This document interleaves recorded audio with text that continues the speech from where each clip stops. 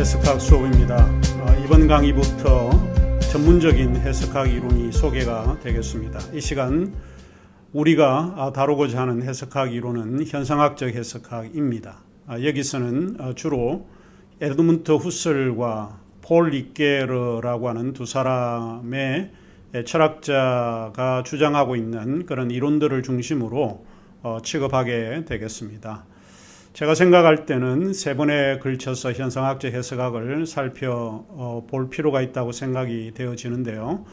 리게르의 해석학 이론이 상당히 방대하기 때문에 2시간 정도의 강의 시간을 통해서 살펴보아야 할 것 같습니다.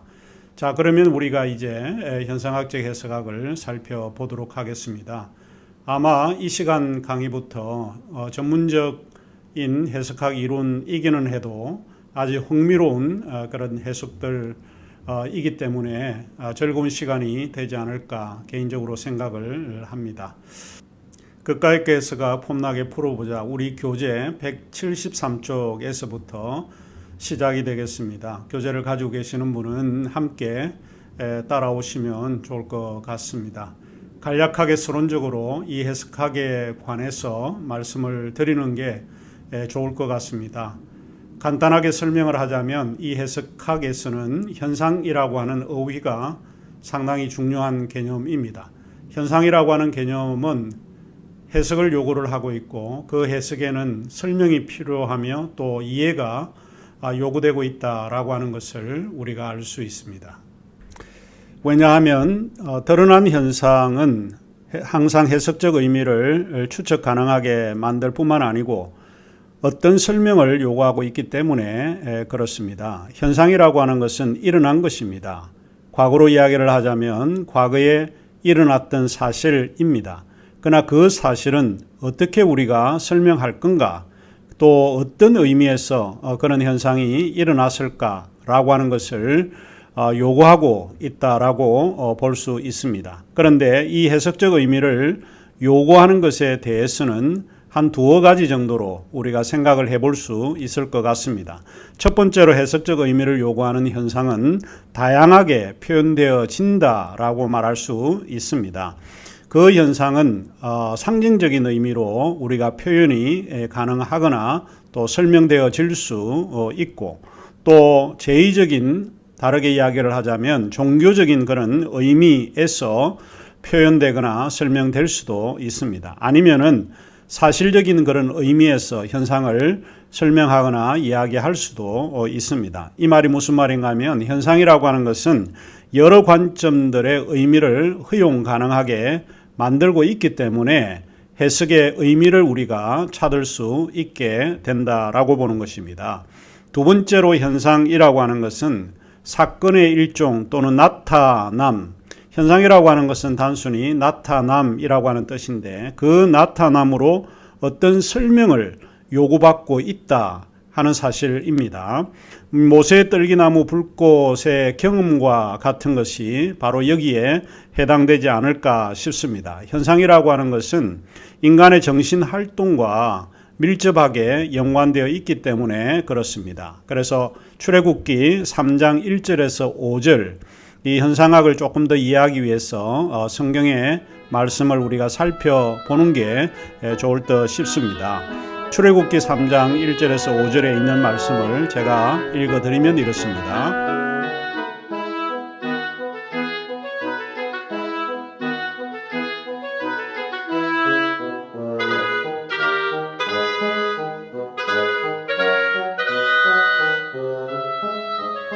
모세가 그의 장인 미디안 제사장 이드로의 양떼를 치더니 그 떼를 광야 서쪽으로 인도하여 하나님의 산 호렙에 이르매 여호와의 사자가 떨기나무 가운데로부터 나오는 불꽃 안에서 그에게 나타나시니라. 그가 보니 떨기나무에 불이 붙었으니 그 떨기나무가 사라지지 아니하는지라. 이에 모세가 이르되 내가 돌이켜 가서 이 큰 광경을 보리라. 떨기나무가 어찌하여 타지 아니하는고 하니 그때에 여호와께서 그가 보려고 돌이켜오는 것을 보신지라. 하나님이 떨기나무 가운데서 그를 불러 이르시되 모세야 모세야 하시매 그가 이르되 내가 여기 있나이다. 하나님이 이르시되 이리로 가까이 오지 말라. 네가 선 곳은 거룩한 땅이니 네 발에서 신을 벗어라. 이 이야기에서 모세는 떨기나무에서 불이 붙고 있는 것을 목격합니다. 이제 그는 이 기이하고도 이 특별한 현상에 의미를 부여하는 일종의 해석적 경험을 하고 있다라고 볼 수 있는데요. 모세는 그러한 현상을 뭐로 이해를 하고 있는가 하면 하나님이 자기에게 나타남, 다르게 표현을 하자면 하나님의 임재라고 해석하고 있다라고 하는 것입니다. 현상이라고 하는 것은 우리의 일상적인 그런 삶 속에서 흔히 볼 수 있고 또 목격할 수 있는 이야기이지만 그것을 어떻게 해석하는가에 따라서 다른 의미로 우리에게 다가온다 하는 것입니다. 우스꽝스러운 이야기일지는 모르지만 이 현상은 진리를 말하는 것은 아닙니다. 그럼에도 불구하고 그것은 해석하는 자의 마음에 새겨진 그 의미가 불변의 진리로 탈바꿈한다라고 하는 것입니다. 현상학적 해석학은 그러한 불변적 진리에 대해서 움직이는 그런 현상이라고 볼 수 있는데 그것이 과연 불변하는 것이냐 안 하는 것이냐라고 따져 묻게 되고 해석적 상황을 요구하고 있는 것이 현상이다라고 볼 수 있습니다.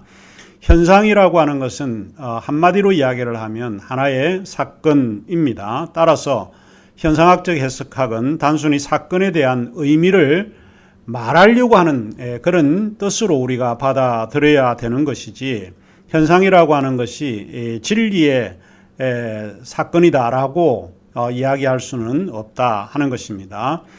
보다 일반적으로 표현을 하자라고 하면 현상학은 정신철학의 일종이다라고 봅니다. 정신의 내면성과 외면성을 분석하고 있는 것이 현상학입니다.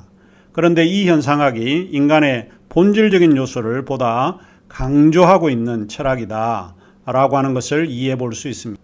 그러면 이 시간 우리가 두 사람의 철학자를 통해서 현상학적 해석학을 살펴보려고 합니다. 첫 번째 우리가 살펴보려고 하는 사람은 에드문트 후설입니다. 1859년에 출생을 해서 1938년에 돌아가신 철학자입니다. 히틀러에 의해서 유럽의 사상적 위기에 의미를 부여한 철학자를 이야기를 할 때 대체로 이야기를 하고 있는 사람이 에드문트 후설입니다.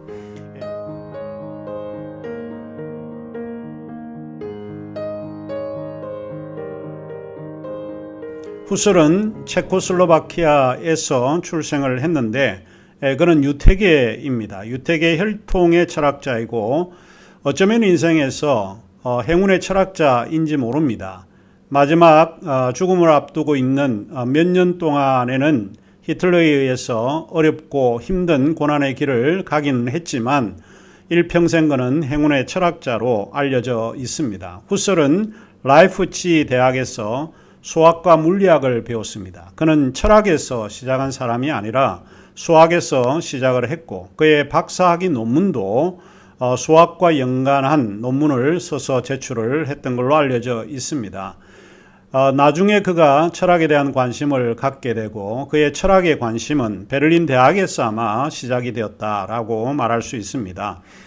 인생에서는 흔히 특이한 그런 사건을 경험을 하게 되는데 후설의 경우도 예외가 아닌 것 같습니다. 후설은 기독교로 개종한 사건이 철학자로서는 흔히 일어날 수 없는 이야기임에도 불구하고 그에게는 기독교로 개종한 사건이 아주 훌륭한 그런 사건이라고 볼 수 있습니다. 그가 기독교로 개종한 때가 1886년 4월 8일인데 이때가 본인의 생일이라고 이야기를 합니다. 27세의 나이에 기독교로 개종하고 그가 다녔던 교회는 복음주의 루터 교회에서 신앙생활을 시작을 했고 신앙생활을 할 때에 세례가 아닌 침례를 받고 등록을 했다라고 이야기를 합니다. 후설의 학문적 태도에 대해서도 우리가 눈여겨볼 필요가 있는데 새로운 것에 대해서 언제나 열려진 그런 마음을 가지고 있기 때문에 이 후설이라고 하는 철학자는 상당히 겸허하고 겸손한 태도를 가지고 여러 학문들을 스스로 받아들이려고 노력을 하고 그 받아들여진 그 학문을 통해서 자기가 스스로 검열하고 수정하려고 노력했던 철학자입니다. 이것에 대해서는 우리 교재 177쪽에 제가 언급을 해 두었습니다. 후설은 유택의 독일 철학자로서 사실 어려움을 많이 당했습니다. 그가 나이가 든 74세, 이제 1933년인 걸로 알고 있는데 74세 공식 활동들을 히틀러에 의해서 금지당했던 것 같습니다. 1928년 미국 로스앤젤레스 대학에 초청을 받고 강연을 하기로 되어 있었지만은 출국 금지가 되었습니다. 나치 정권은 하이데거의 존재와 시간 작품에 스승 후설에게 바치는 헌사를 원래 했는데 그것을 하이데거는 삭제를 하게 됩니다. 그만큼 나치 정권에 대해서 하이데거가 눈치를 보았다라고 볼 수 있는 것입니다. 그의 제자 브렌다 신부에 의해서 후설의 장서와 유고가 비밀리에 벨기에의 루뱅 대학에 소장되어 있습니다. 대체로 나치 정권은 후설의 책들을 다 소멸시키고 말았던 것이기 때문에 그렇습니다. 자, 그러면 이제 현상학이라고 하는 것이 무엇인지 살펴보도록 하겠습니다. 후설에 따르면 현상학은 엄밀한 학이다라고 정의를 하고 있습니다. 후설의 현상학은 하이데거, 뽕띠, 리케르 이런 사람에 의해서 주로 해석이 되어지고 있습니다. 이들이 해석하는 것은 또 서로 다른 관점을 가지고 해석이 되어진다라고 보는데 이는 후설이 가지고 있는 현상학이 상당히 복잡하고 이해하기 어려운 그런 부분들이 많기 때문에 그에 대한 연구를 하는 사람들조차도 획일적인 의미가 들어가 있는 것이 아니라 현상학처럼 여러 의미를 이야기를 하고 있다라고 말씀을 드립니다. 현상학은 어원적으로 파이논과 로고스라고 하는 합성어입니다. 그래서 현상학은 파이노메논이라고 부르고 있습니다. 현상 그러면 우리가 쉽게 이제 이해를 하자면 단순히 나타남 그 자체입니다. 나타남 그 자체. 어떤 친구가 나에게 나타남.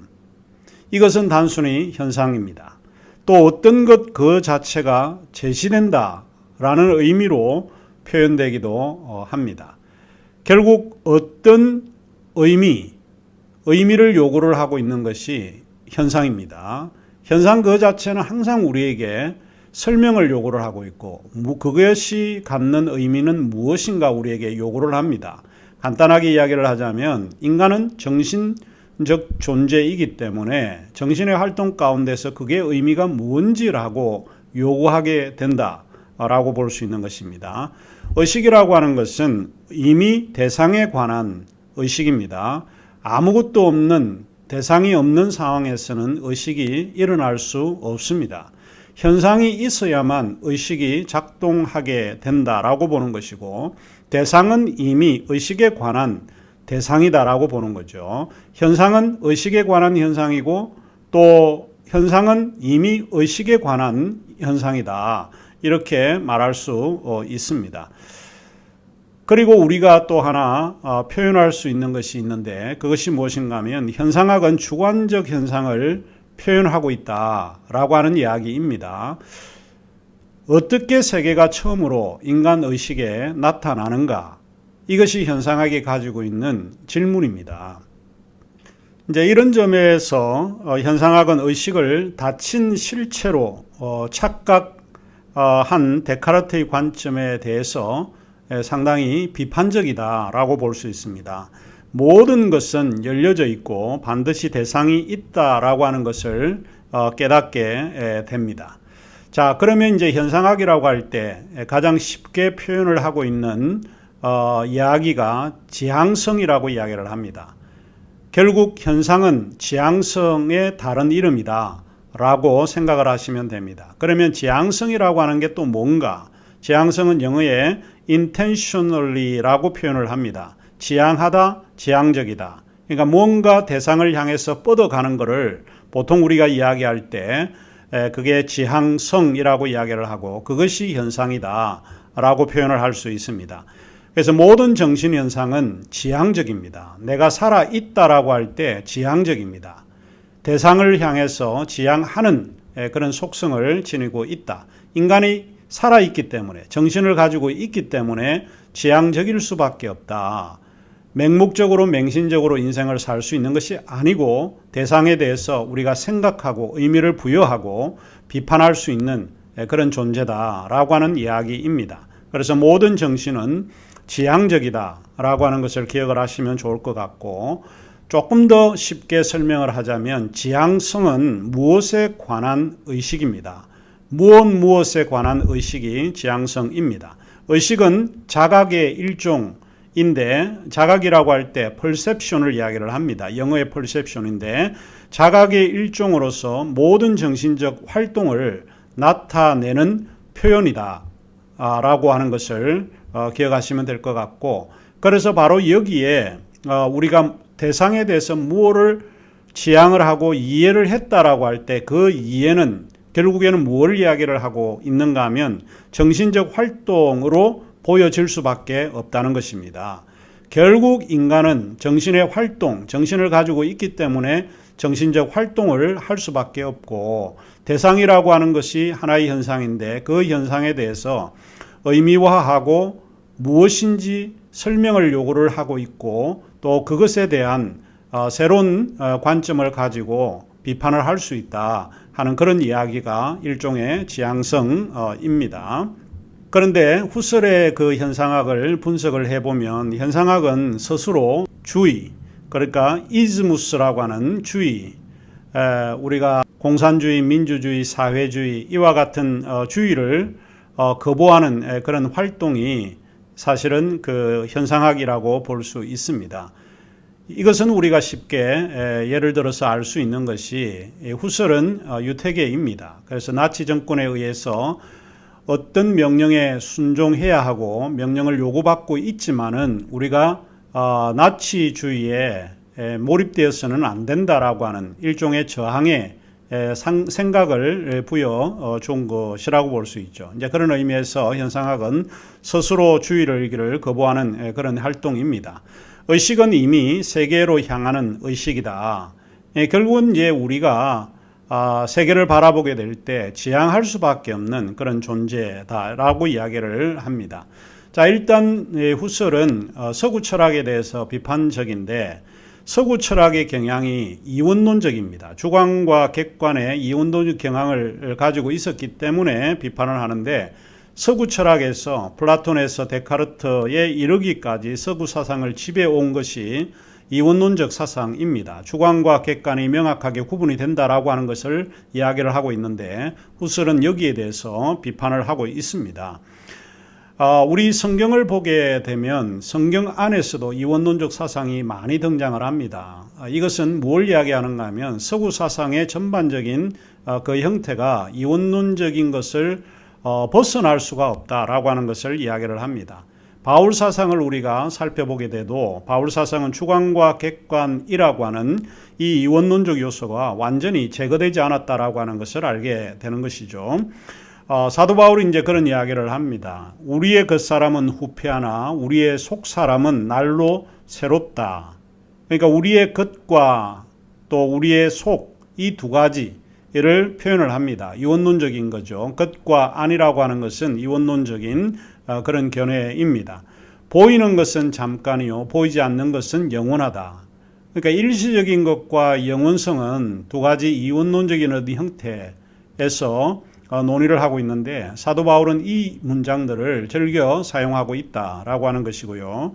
또 뿐만 아니고 의문이라고 하는 것은 문자인데, 의문은 죽은 것이요 영은 살리는 것이다. 결국 의문과 영이라고 하는 것은 두 종류의 이원론적 그런 현상이다라고 볼 수 있습니다. 이처럼 현상이라고 하는 것은 상당히 열려있는 그런 개념이긴 한데 서구 철학에서는 닫혀진 개념으로 이해를 했다라고 보는 것이죠.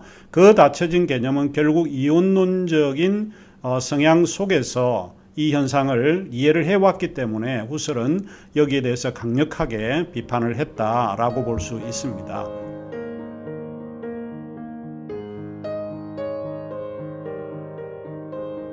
제가 시를 하나 여러분에게 소개를 하려고 하는데 우리가 많이 들어왔던 시이죠. 김춘수의 꽃이라고 하는 시, 아마 연배가 있으신 분들은 이 시를 많이 기억하고 있을 거라고 생각을 합니다. 그 시는 이렇게 이야기를 하고 있습니다. 내가 그의 이름을 불러주기 전에는 그는 다만 하나의 몸짓에 지나지 않았다. 내가 그의 이름을 불러주었을 때 그는 나에게로 와서 꽃이 되었다 하는 것입니다. 우리가 꽃을 구경을 하러 자주 갑니다. 꽃이라고 하는 것은 하나의 현상입니다. 그런데 우리가 꽃에 대해서 이름을 불러줌으로써 꽃은 우리에게 대답을 해준다라고 하는 것입니다.